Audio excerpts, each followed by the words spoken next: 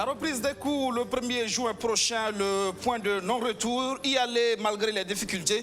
Le gouvernement semble décidé. Plus question de tergiverser. Le porte-parole de l'exécutif s'est voulu rassurant ce mercredi. Rassurant malgré les menaces, des enseignants réclament leur salaire de mars. Dans la SEB Ouaga 8, ils sont 70 à avoir leur salaire suspendu pour faire de grève. Ils n'entendent pas reprendre le chemin des classes sans leur salaire. Les opérations d'enrôlement des électeurs, l'engouement n'est pas toujours au rendez-vous. Après Tenkodogo, nos équipes étaient à Manga, dans le centre-sud. Constat dans ce 19h30.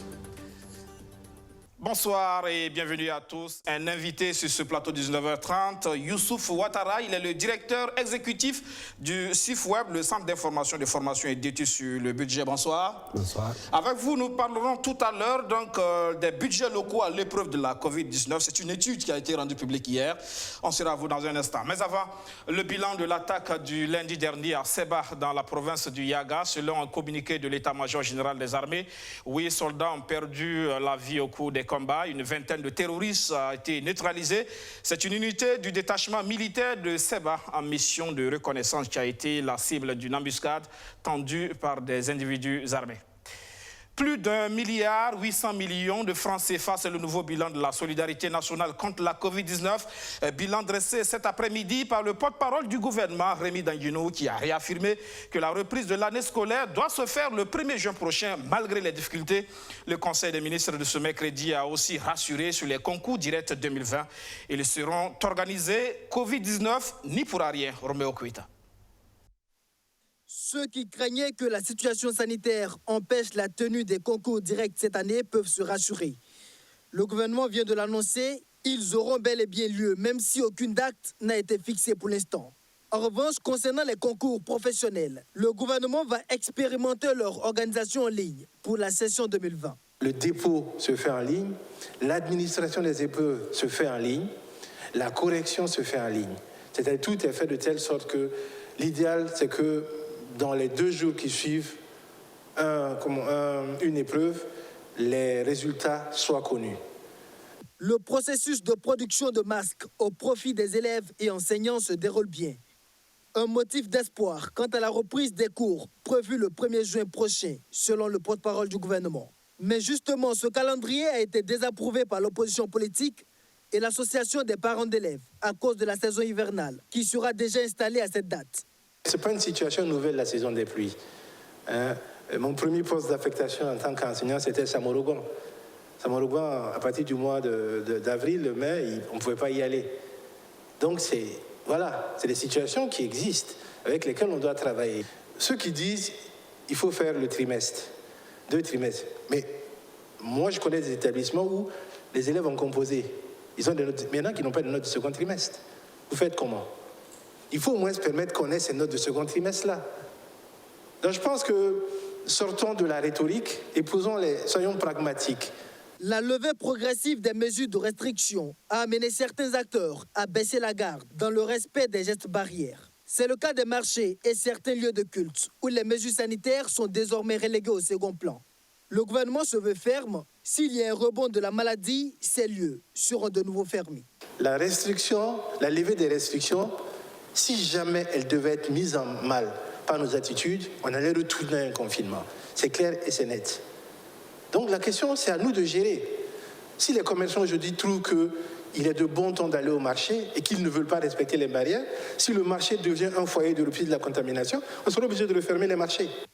Le port obligatoire du masque entré en vigueur le 27 avril dernier fera l'objet de contrôles dans les lieux publics très bientôt, annonce le ministre de la Communication. Au titre de la solidarité nationale, le bilan des contributions dans le cadre de la lutte contre la Covid-19 s'élève à ce jour à plus d'1,8 milliard de francs CFA, un montant différent de celui du coronaton. Le gouvernement a décidé à respecter la date de reprise des cours pendant que ça grogne au sein des enseignants. Elle est la circonscription d'éducation de base la plus touchée par les suspensions de salaire dans le cas Diogo. La SEB Ouaga 8, 70 fonctionnaires ont vu leur salaire suspendu à la fin du mois de mars. Situation inadmissible selon la sous-section du syndicat national des travailleurs de l'éducation de base de cette circonscription. Elle menace de boycotter la suite de l'année scolaire dont la reprise progressive est prévue justement pour le 1er juin prochain. Maguide Bakou. Ils sont au total 70 militants du syndicat national des travailleurs de l'éducation de base SYNATEB, de la sous-section de la circonscription d'éducation de base Ouaga 8, qui ont vu leur compte bancaire crédité de 0 francs CFA à la fin du mois de mars. Ce qui fait d'elle la sous-section qui enregistre le plus grand nombre de travailleurs qui ont vu leur salaire suspendu dans la province du Kadiogo. Sur cette liste figure une dame en congé de maternité qui n'a pas reçu son salaire à la fin du mois de mars. Réunis ce 13 mai à Ouagadougou, ces acteurs de l'éducation soutenus par le SYNATEB, section provinciale du Kadiogo, plaident pour le remboursement de leur salaire du mois de mars, si toutefois l'on veut une reprise normale des cours prévus le 1er juin prochain. Non, mais vous savez que dans cet état d'esprit, il est difficile d'aller à une reprise justement des cours de façon sereine, pendant que les travailleurs n'ont pas eu de salaire. Pendant que, peut-être 2 mois, on nous a dit, il y a ce mois d'avril encore, on a enregistré des gens qui n'ont pas du tout reçu de salaire. Donc, demander à ces travailleurs-là d'aller au service, sereinement, quand même, c'est difficile. Donc, sur la question, je pense que le gouvernement a intérêt à réagir et à réparer ces torts-là. La sous-section SYNATEB de la SEB Ouaga 8 se dit déterminée à poursuivre la lutte jusqu'à obtenir gain de cause. Elle menace même de boycotter la suite des activités pédagogiques. Nous prenons en compte effectivement la question de la pandémie qui est là. Mais en attendant, nos luttes doivent se poursuivre. Parce que ce sont des familles entières qui sont munies dans des situations très difficiles de survie. Donc, nous avons retenu justement toujours la suspension des évaluations, la non-remise des notes, la non-transmission des courriers et la suspension des sorties pédagogiques. Donc, l'ensemble de ces 4 points constituent actuellement notre plateforme pour contraindre justement le gouvernement à rembourser les salaires indûment prélevés, indûment suspendus. Selon ces travailleurs, ce sont plus de 180 enseignants de la province du Kadiogo qui ont vu leur salaire suspendu. Et pour atténuer le choc, une chaîne de solidarité a permis de réunir des ressources pour les militants touchés par la suspension. À l'université Norbert Zongo de Koudougou, la reprise est effective. Les acteurs semblent décidés à sauver l'année. Après plus d'1 mois et demi de suspension, on ne perd pas de vue les gestes barrières contre la Covid-19. C'est Fass Bamouni, Justin Amonto. À l'université Norbert Zongo de Koudougou, enseignants et étudiants sont dans une dynamique pour la reprise des cours. Pas de temps à perdre après quelques mois de rupture pour cause de la maladie du coronavirus. On a essayé de mettre les moyens dont nous disposons pour pouvoir commencer. Et nous espérons que les moyens suivront pour que les autres étudiants également puissent retrouver les amphis. Parce qu'ils attendent, chaque jour ils passent pour voir comment quand ils vont reprendre. On attendait impatiemment cette reprise parce que l'année même on était en retard parce qu'on a commencé en février pratiquement. Et si on devrait attendre jusqu'à ce que le corona, qu'il y ait moins de cas, ça allait vraiment nous retarder davantage. Malgré les quelques dispositifs de lave-mains installés à l'entrée des salles, en plus du respect de la distanciation, il manque la mise à disposition des étudiants des masques promis par le gouvernement. Certains étudiants se sont eux-mêmes procurés des masques en attendant une dotation des autorités. Les conditions, il faut être clair là-dessus, les conditions ne sont pas réunies à l'université Norbert Zongo. Le gouvernement nous avait dit qu'effectivement les étudiants allaient rentrer en possession effectivement des cache-nez. Et aujourd'hui, on voit clairement qu'il n'y a pas de cache-nez à l'endroit véritablement des étudiants de l'université Norbert Zongo. Regardez juste derrière moi, tout le bâtiment qui est là, effectivement, il n'y a qu'un seau d'eau qui est là. Quand j'ai appris qu'on allait reprendre aujourd'hui, je suis allé moi-même acheter ces masques. Bon, tout en espérant peut-être qu'une fois arrivé, avant d'entrer même, on allait nous en donner. Bon, mais quand je suis arrivé, on ne nous a pas distribué des masques. Heureusement que j'en avais déjà acheté. Pour sauver l'année académique dans les universités, il y a des sacrifices à faire selon Augustin Bikaba, enseignant en gestion. Il faut essayer maintenant de réaménager le programme de telle sorte qu'on n'ait plus normalement des jours vacants, qu'on puisse normalement programmer en fait les cours jusqu'au mois de juillet, 1 juillet. Bon, je pense que plusieurs cours pourront être achevés. Voilà. Voilà. Donc si les autorités arrivent normalement à accompagner le système éducatif, je pense que nous pourrons faire de notre mieux aussi pour donc achever le programme. L'université Norbert Zongo est la deuxième université du Burkina avec plus de 40 000 étudiants. Des nouvelles de l'opération d'enrôlement des électeurs à Manga dans le centre-sud. Il y a peu d'engouement sur les sites d'enrôlement. On tente de respecter les mesures barrières contre la Covid-19. Seul souci, le port de masque. Certains ont comme argument le manque de moyens financiers pour s'en procurer. Constat sur place à Manga avec Arsène Konitamde. Avant tout accès à ce centre d'enrôlement de l'école catholique du secteur 2 de Manga, il faut forcément passer par la désinfection. À l'intérieur de la salle, la distanciation sociale est strictement respectée pour limiter les contacts et minimiser les risques de contamination. Mais la plupart des usagers réchignent encore à porter le masque. Mais vous savez aussi qu'on devait porter un cache-nez avant de venir? Oui, je me rappelle tout de ça, parce que dans la communication, j'ai entendu. Mais sans mentir, les moyens ne me permettent pas de payer les cache-nez tous les jours. Voilà, la raison pour laquelle je n'ai pas pu mettre le cache-nez. Sinon, j'ai l'envie de le porter.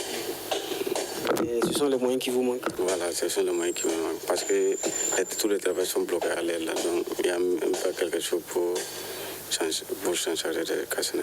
Nous avons remarqué que la plupart des gens ne portent pas les cache-nez.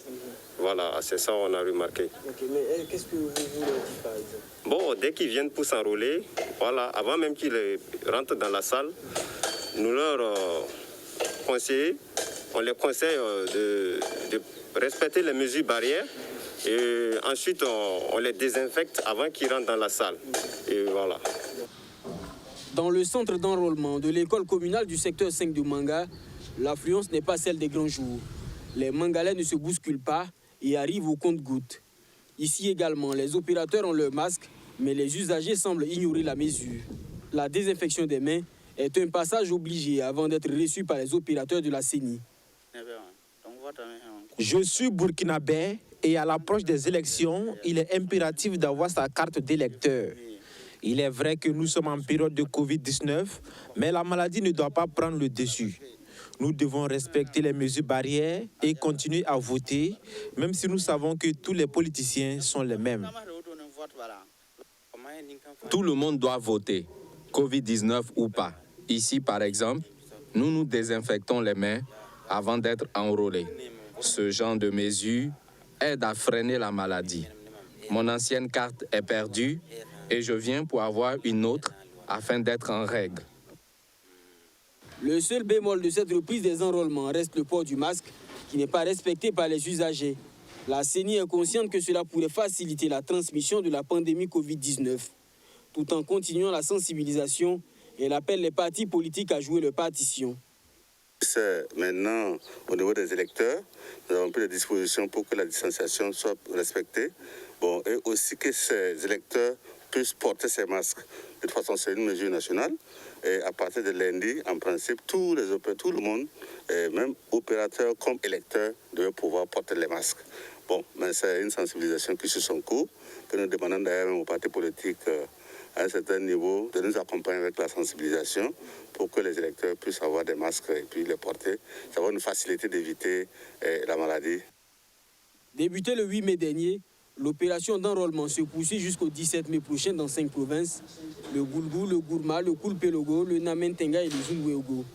La Commission électorale nationale indépendante invite les Burkinabés à s'enrôler massivement afin de prendre part à la présidentielle et aux législatives du 22 novembre 2020. L'opération est historique pour les acteurs du secteur de la mangue. 22 ans après la première opération, il renoue avec l'exportation via les cargos. Près de 110 tonnes de mangue parties de l'aéroport international de Bobo Dioulasso. Une belle opportunité pour l'agrobusiness burkinabé. Soto Justin Daviré. C'est à 0h35 que la compagnie aérienne Ethiopian Airlines atterrit à l'aéroport international de Bobo Dioulasso.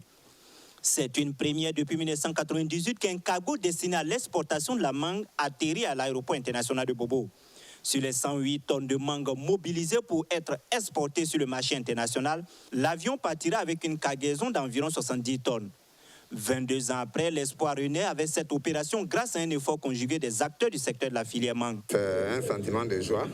Et vu le Covid-19, vous savez que depuis là, les vols passagers sont suspendus.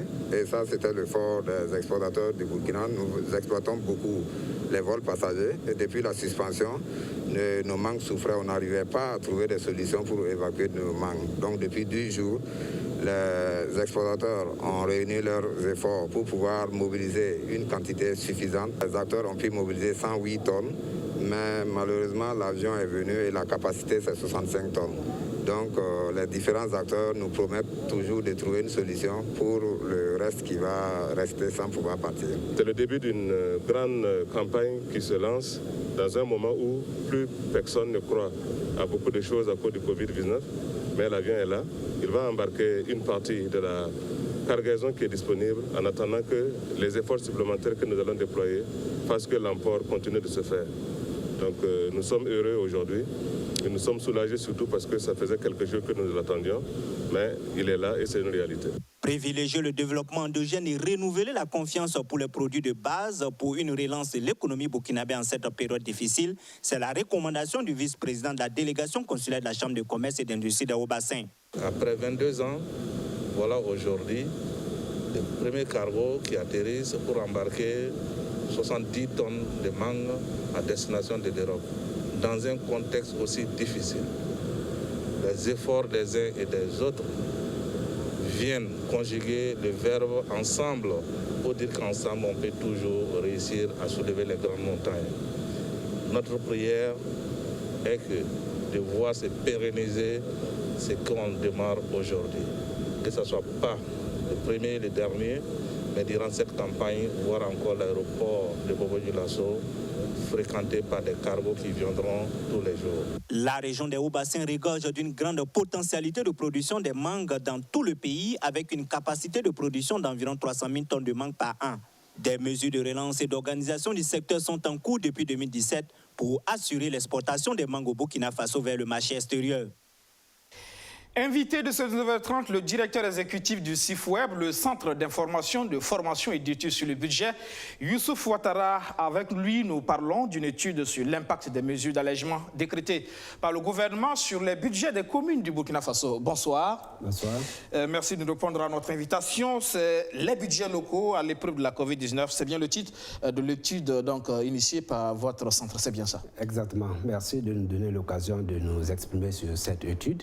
Il faut dire que cette étude a été produite avec l'équipe technique du CIFWeb et avec l'appui des membres du conseil d'administration et des membres du CIFWeb, dont je salue la contribution au passage. Et c'est la deuxième note. On a produit une première note qui portait sur l'effet du Covid sur le budget de l'État. Ça, c'est la deuxième note qui porte sur les effets du Covid sur le budget des collectivités. Vous le remarquez, il y a eu un certain nombre de mesures de riposte que les autorités ont édictées. Et lorsqu'on observe ces mesures, on se rend compte que les collectivités vont payer un prix très élevé dans l'application. Et c'est ce que vous relevez donc dans cette étude, des mesures d'accompagnement, forcément avec un impact négatif sur le budget de ces communes et donc partant sur leur développement. C'est là le problème. Exactement, parce que CIFWeb travaille à promouvoir certains droits sociaux, notamment l'éducation, la santé et l'eau potable, à travers l'analyse budgétaire, à travers l'analyse des allocations budgétaires dans ces secteurs-là. Et c'est pour ça qu'il était intéressant de regarder la capacité des communes à délivrer ces services-là dans ce contexte-là. Difficile, voilà. Où la mobilisation des recettes se pose avec acuité. Par exemple, au niveau de l'étude, vous relevez par exemple des risques, ce sont surtout ces risques-là que vous relevez, des risques de perte de 11 à 30% donc, du budget issu des recettes fiscales, des recettes propres. Sur la base de quoi, justement? Justement, nous sommes partis des mesures que le chef d'État a édictées. Par exemple, il a dit qu'il y aura une exemption de 25% de la patente au niveau du secteur des transports, de l'autorité du tourisme. Il y a eu la fermeture des marchés et il y a aussi la gratuité des boutiques et un certain nombre de mesures. Donc, ce qui impacte, par exemple, un certain nombre de taxes qui reviennent aux collectivités, notamment la patente. Les recettes viennent justement de là. Exactement, la patente et les droits de marché. la contribution du secteur informel et même les frais de location de boutique parce que ce sont les recettes des collectivités. Donc si ces secteurs, ces dimensions des recettes sont affectées, il va sans dire qu'il y aura un grand manque à gagner. Par exemple, nous avons mené notre étude sur 3 communes, notamment la commune de Ouaga, qui est une commune à statut particulier, la commune de Waiguia, qui est une commune urbaine, et la commune de Malba, qui est une commune rurale. Et on se rend compte pour la commune de Ouagadougou, les pertes peuvent s'élever à 25% des recettes propres, de l'ordre de 7 milliards. 25% de 7 milliards. Nous sommes dans un scénario pessimiste. Et pour la commune de Waiguia, les pertes peuvent s'élever à 16%, de l'ordre de 96 millions. Et pour la commune de Malba, qui est une commune rurale, et les pertes peuvent s'élever à 19%, soit environ 2 millions. Ce qui est assez énorme et impactant sur les actions de développement, justement. Et vous estimez aussi que c'est quelque chose de plus de 34 milliards de francs CFA d'appui étatique qui pourrait être perdu par les communes. Comment ? En fait, nous attirons simplement l'attention de l'État qui transfère régulièrement des ressources aux collectivités pour assurer les services d'éducation, les services en matière d'eau et en matière de santé. Donc, de garder ces montants-là, d'assurer ce transfert-là et que ces montants-là ne connaissent pas une diminution. Parce qu'une diminution signifie également la non-fourniture de ces services-là. Surtout dans ce contexte de riposte contre le Covid-19, si vous prenez un secteur comme l'eau, l'eau qui est un élément essentiel dans les mesures de barrières, on va, avec la mesure de gratuité, on va avoir une certaine pression sur les points d'eau, ce qui va augmenter les risques de panne de ces points d'eau. Et donc, s'il y a panne et que les collectivités ne sont pas en mesure de les mettre en service, donc du coup, les populations vont manquer également d'eau. Si vous prenez le secteur de la santé, des ressources sont transférées pour fournir un certain nombre de biens pour les CSPS. Donc, il est nécessaire de continuer de doter ces CSPS-là de ces biens et services de la part des collectivités. Donc, c'est pour ça que nous pensons que l'État, malgré le fait que l'État lui-même il est affecté par le Covid-19 en termes budgétaires, il serait bon qu'il garde les montants qui étaient prévus pour transférer aux collectivités. Du reste, dans le PNDS, ce qui était prévu, c'était 15%, mais aujourd'hui, nous sommes à 11,30% de transfert aux collectivités. À l'étape actuelle des choses. C'est ça. On est à plus près d'un semestre, c'est ça. Exactement. Voilà. Et donc, on espère que l'État pourra tenir, d'autant plus que, on l'espère, il y a des espoirs, qu'on est en train de sortir donc, de cette crise sanitaire. Oui, c'est pour ça que nous avons proposé de la part de l'État et des collectivités territoriales de s'appuyer sur les ressources qui sont beaucoup plus résilientes par rapport à... Parce que oui, la question, elle est surtout là, justement. Quelle alternative, à partir du moment où l'impact est là, déjà sur les recettes propres, il est clair que tous ces mois où effectivement les marchés sont restés fermés, forcément il y a un manque à gagner. Et comment on fait justement pour combler ce... Oui, il y a quand même des ressources résilientes. Les ressources, par exemple, la taxe superficielle qui reviennent aux collectivités qui abritent des sociétés minières. On suggère également on recommande fortement à l'État et aux sociétés minières d'opérationnaliser entièrement le fonds de développement minier local, ce qui va permettre aux collectivités de disposer de ressources pour pouvoir continuer la livraison des services. On imagine que pour les communes minières, normalement, on devrait pouvoir supporter le coût. C'est un peu relatif. D'autant plus qu'on a parlé de certaines communes qui seraient milliardaires. Exactement. Si le fonds minier de développement local est opérationnalisé, je pense que ça va donner en tout cas une bouffée d'oxygène à ces collectivités qui abritent ces sociétés minières-là. Maintenant, pour les autres communes, nous suggérons qu'on peut faire un effort également en termes de réduction des trains de vie des administrations, que ce soit au niveau des collectivités territoriales ou au niveau de l'État. On se rend compte qu'avec le Covid, qu'il y a des choses, on peut faire la production administrative à moindre coût. Il y a certaines actions qu'on peut engager à moindre coût. Donc, si nous agissons sur ce levier, donc on peut dégager des marges de recettes, des marges d'économie pour pouvoir être plus résilient face au Covid-19. Donc, derrière aussi, en pareille circonstance, c'est aussi la bonne gouvernance qu'il faut qui va parler. Exactement. J'ai vu dans l'élément tout de suite les contributions de l'ordre de 1 milliard pour le Covid-19, les contributions sociales. C'est une bonne chose parce que c'est une valeur sociale, mais ce n'est pas structurant.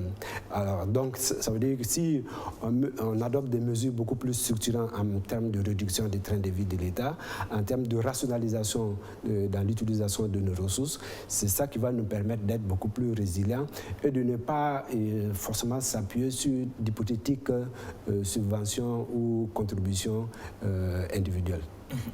Et donc, le CIFOEB s'intéresse à la question impact au niveau de l'État, mais aussi impact au niveau des collectivités. Et donc, forcément, en termes de perspective, on peut dire que 2020, ça ne va pas être évident pour ces collectivités-là, justement, donc, de réussir le plan de développement. Exactement. Ça veut dire qu'il faut qu'il y ait une révision des ambitions, que ce soit les ambitions en termes de développement ou les ambitions budgétaires qui sont les instruments qui doivent permettre de mettre en œuvre ces plans de développement. Donc, il faut une révision des ambitions.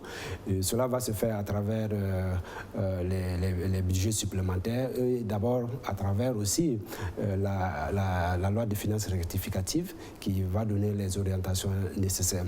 Donc, il faut que les collectivités révisent et nous on suggère dans l'élaboration de leur budget supplémentaire, il faut qu'ils se reconcentrent sur les secteurs prioritaires et élaguer effectivement toutes les dépenses qui sont aujourd'hui superflues. Youssouf Ouattara, je rappelle que vous êtes le directeur exécutif du CIFOEB, le Centre d'information, de formation et d'études sur le budget. Et c'est ça votre travail, produire justement des études comme ça sur le budget. C'est ça. Nous offrons une lecture alternative du budget.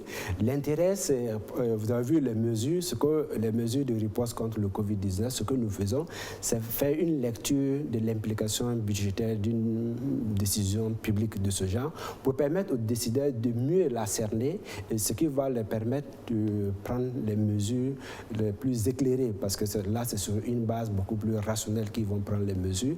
Et ça, c'est le travail de CIFOEB, et c'est un regard alternatif, un regard citoyen qu'on porte sur l'action publique et particulièrement sur l'action budgétaire. Merci. C'est moi. La suite de ce 19h30, coronavirus, justement, c'est plus de 160 000 morts en Europe. Une filière fortement touchée, c'est le mariage. Beaucoup de rendez-vous ont été reportés à l'année prochaine. L'heure n'est pas à la noce. Une scène, un brin moins glamour en ces temps de coronavirus. En Italie, si quelques audacieux défient encore les statistiques, la filière du mariage annonce des pertes qui oscillent entre 80 et 100%. Se dire oui pour la vie masquée et sans invité, 17 000 couples y ont renoncé en mars et avril. 50 000 autres annulations sont attendues en mai et juin. La plupart des mariages sont repoussés à l'an prochain. Et la boutique de cette styliste de Campobasso s'est transformée en entrepôt. J'ai eu beaucoup de clientes, dit-elle. J'ai peut-être même vendu plus de robes que toutes les années précédentes. Mais elles sont toutes sur des cintres et attendent d'être portées. Les pertes sur l'année s'élèveraient à 26 milliards d'euros, 5 milliards pour les fleuristes. Mais ils ne sont pas les seuls. En Italie, quelques 30 000 emplois dépendent de ce secteur qui n'est pour l'heure pas vraiment à la noce. Pas de quoi gâcher pour autant le bouquet de la mariée. Fin de cette édition. Merci de l'avoir suivi. À demain.